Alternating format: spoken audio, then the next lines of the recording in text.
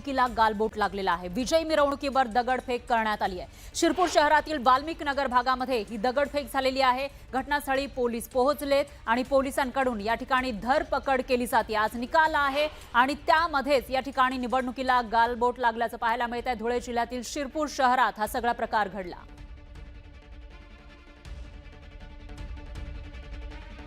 तर घटनास्थळी पोलीस पोहोचलेले आहेत। त्यांनी धरपकड सुद्धा सुरू केलेली आहे। या ठिकाणी दगडफेक करण्यात आली होती। धुळ्यामधील शिरपूरमध्ये मिरवणुकीवर ही दगडफेक करण्यात आलेली आहे। अर्थातच ज्यांचा विजय झाला त्यांनी या ठिकाणी मिरवणूक काढली असेल आणि त्याच्यावर ही दगडफेक झाली आहे। वाल्मिक नगर भागामध्ये ही दगडफेक करण्यात आली आहे। यानंतर पोलिसांनी तिथं धाव घेतली आणि धरपकड सुद्धा सुरू केलेली आहे। तर धुळ्यातल्या शिरपूरमध्ये हा सगळा प्रकार घडलाय आणि याविषयीचे प्रत्येक अपडेट आपण न्यूज 18 लोकमतच्या माध्यमातून घेत राहणार आहोत। दरम्यान नेमकं काय घडलं होतं त्याचा व्हिडिओ सुद्धा समोर आला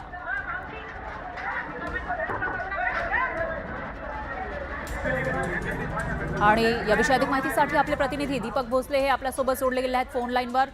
दीपक, काय सांगाल, शिरपूरमध्ये नेमकं काय घडलं होतं आणि सध्याची काय स्थिती आहे? दीपक, आवाज येतोय माझा?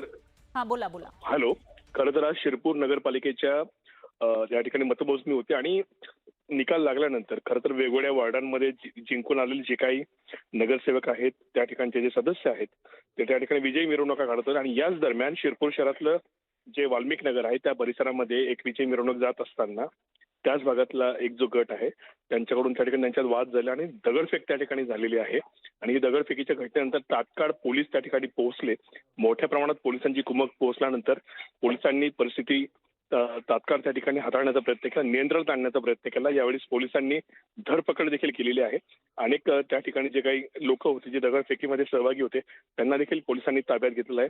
आज शिरपूर नगरपालिकेसाठी मतमोजणी होती, या ठिकाणी भाजपला विजय या ठिकाणी मिळालेला आहे आणि या सगळ्या घटनेनंतर विजय मिरवणुकीच्या दरम्यान हा सगळा प्रकार समोर आलेला आहे।